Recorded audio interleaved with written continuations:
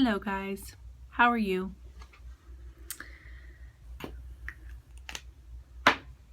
So, I was thinking, I had told you guys before that I would probably be doing like a reintroduction video. I have many videos already. Apparently I have a lot to say. But I know right around the time of surgery, people tend to start following along that haven't necessarily been following along before. And so, and I wanted to share a little bit more about myself, you know, my story. So, just to kind of give you an idea of where I'm at now, I started the weight loss surgery program here in Bend, Oregon with Dr. Archer at 272.2 pounds. And I'm currently 261 pounds. Today is February 22nd, 2016. I am 5'6", and my BMI is, my starting BMI was 43. And I've decided my goal weight's going to be 160. That is just barely a healthy weight for me, but I've always weighed a little bit more than, you know, girlfriends my exact size and things like that. So I think 160 is definitely in a comfortable range for me. I started researching, not really researching, but seriously looking at weight loss surgery in August of last year, 2015. And I was able to get into the program at my doctor, at my surgeon's office in September of 2016. As of February 17th, I just finished up my 6-month medically supervised diet program. And now I'm waiting to hear back on my date. They are hoping for mid-March, March 15th to be exact. So that's me.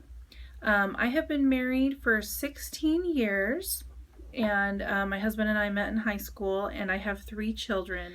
They are ages 10, 11, and 14. So that's a little bit about myself. I wanted to share with you guys kind of my story.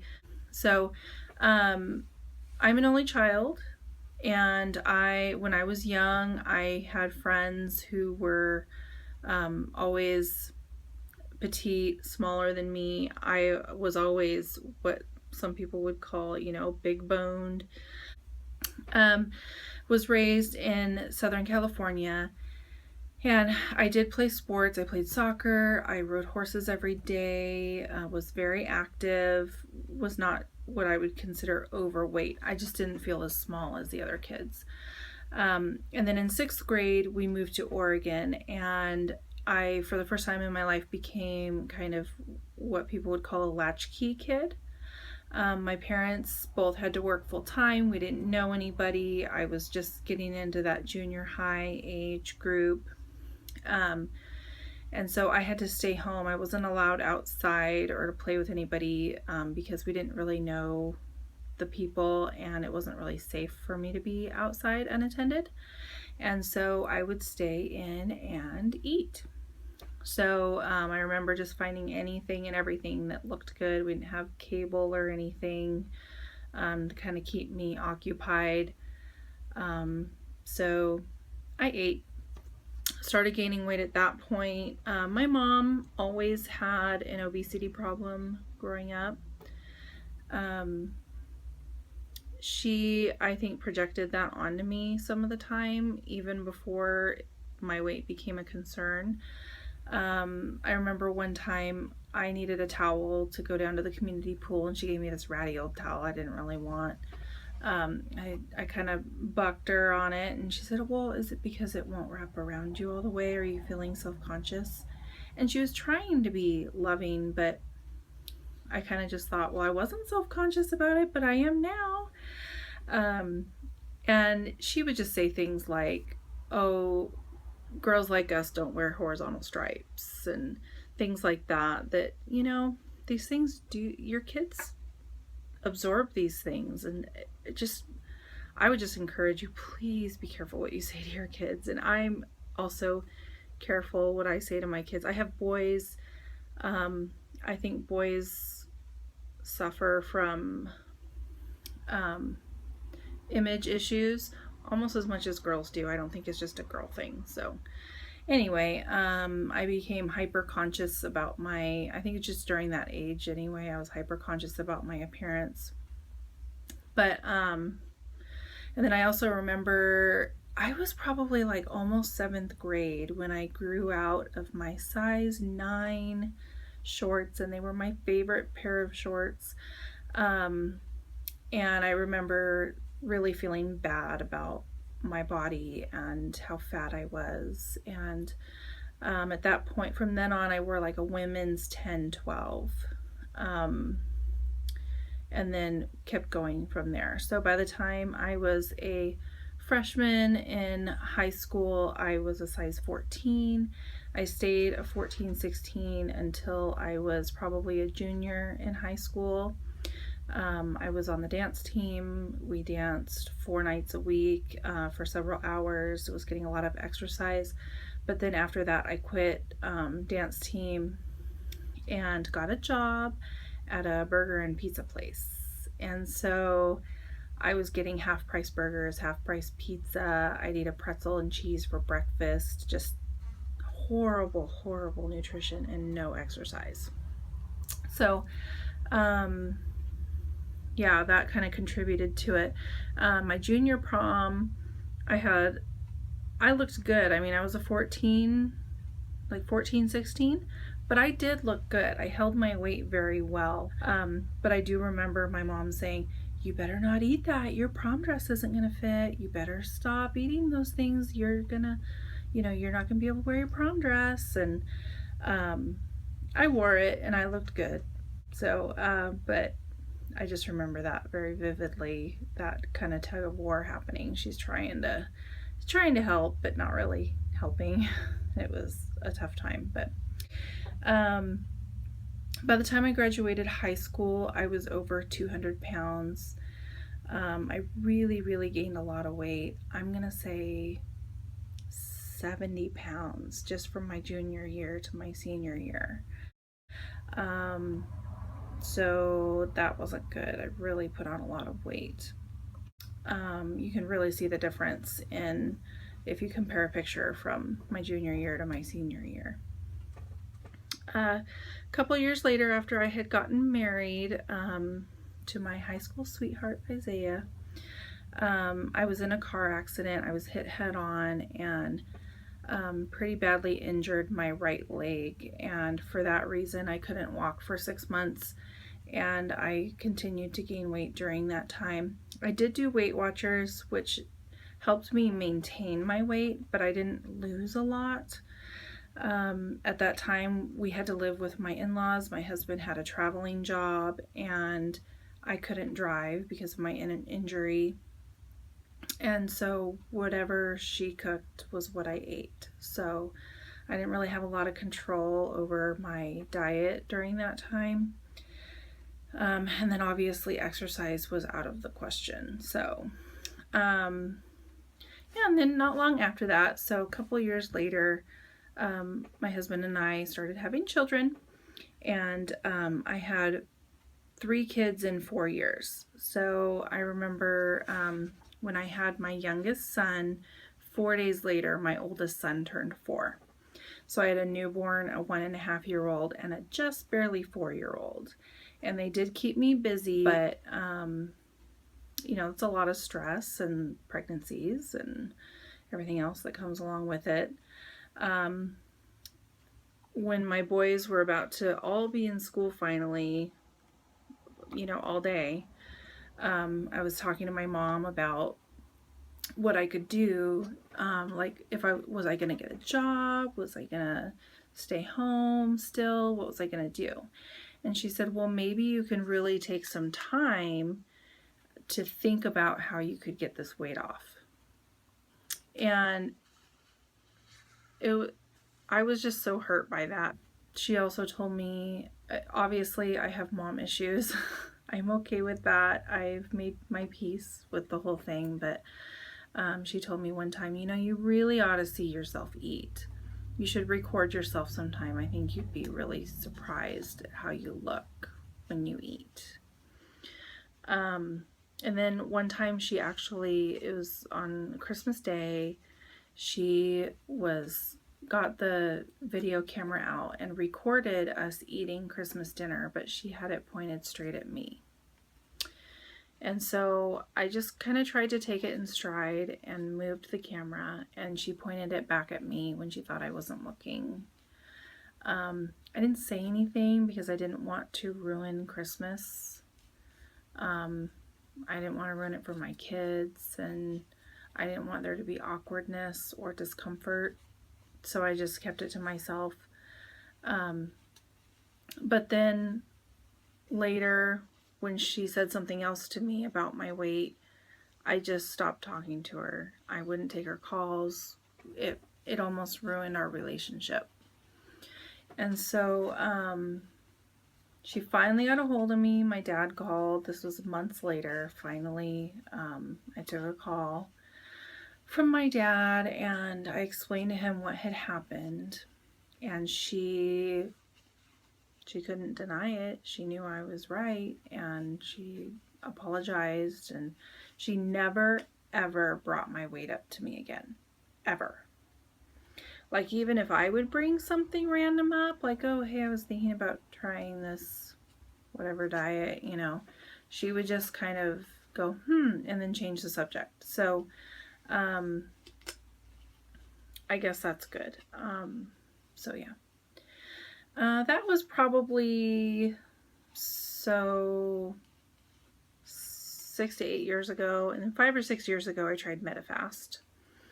And I got down to 238. I lost about 35 pounds on it. It was hard. The food was gross and expensive.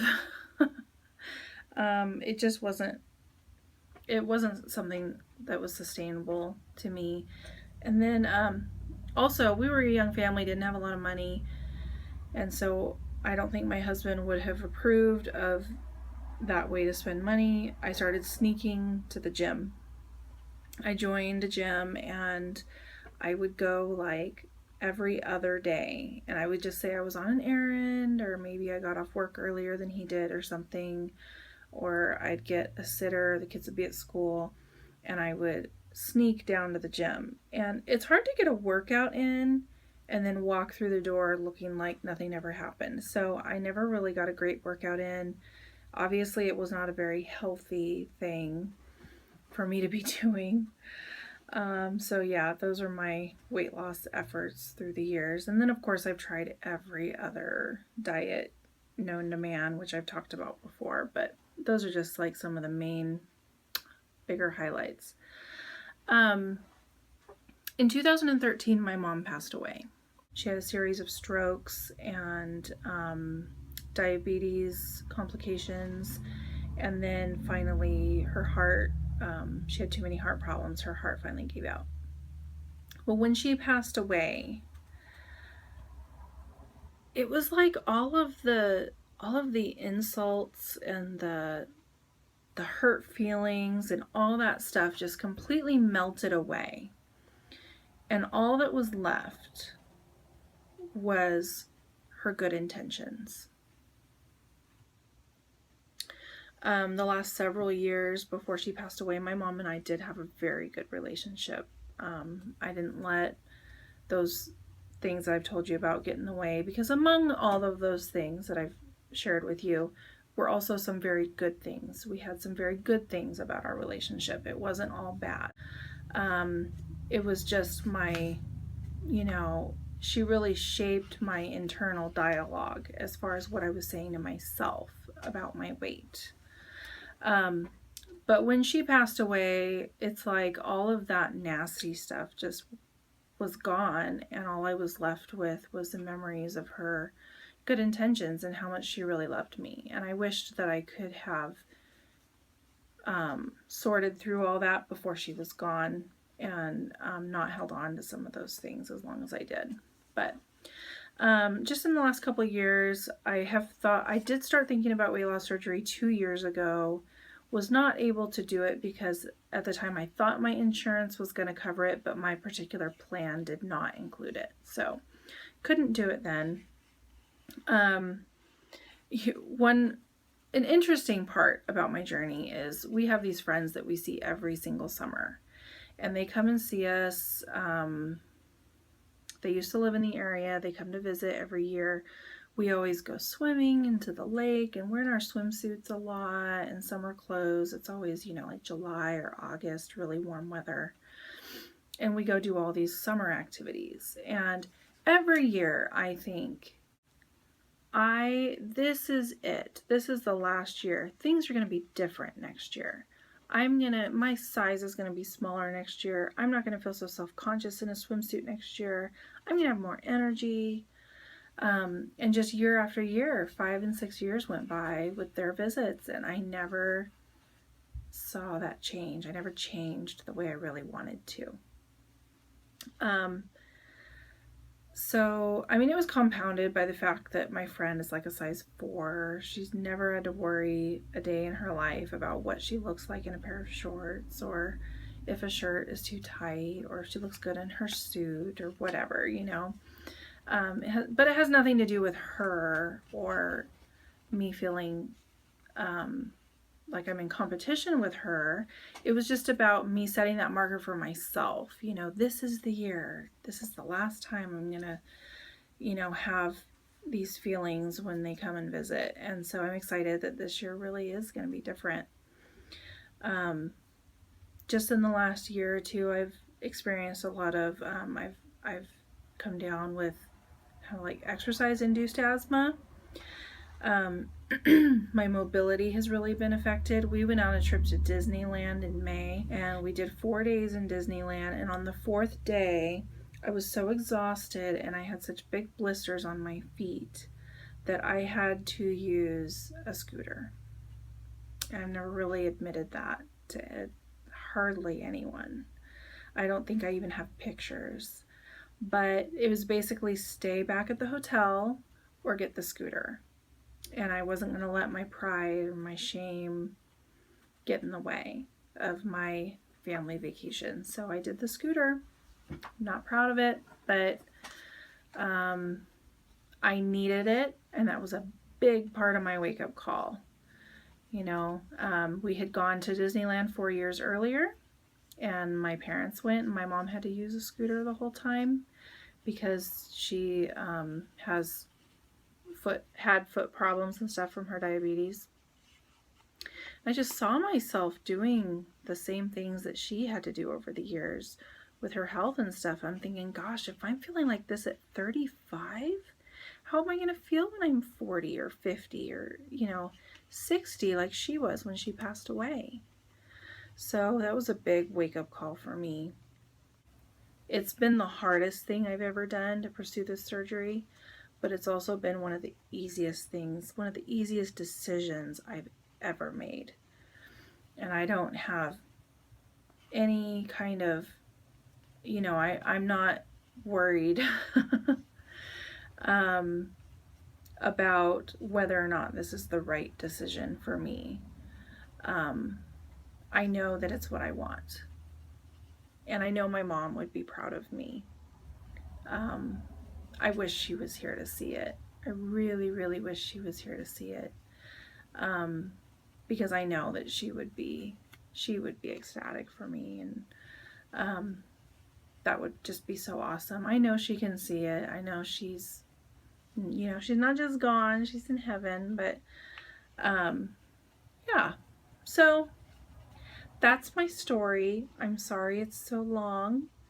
But I just wanted to share that with you. I wanted to let you guys in on just a little bit more of what my view is from here, and why I'm doing what I'm doing and how I got here. So if you'd like to share your story, I would love to hear more. For those of you out there who maybe haven't told us a little bit more background about how you came to be overweight, the factors, what made you decide that this is it, you know, your it moment or whatever, where it's like, okay, I'm gonna do something drastic, and surgery is for me. So when did you decide that, and what made you finally push that button? That's what I'm curious about. Okay guys, I've talked your ear off enough. I'm gonna go. If you've made it to the end of this video, congratulations, you're the best. I'll talk to you guys next time, okay? Bye-bye.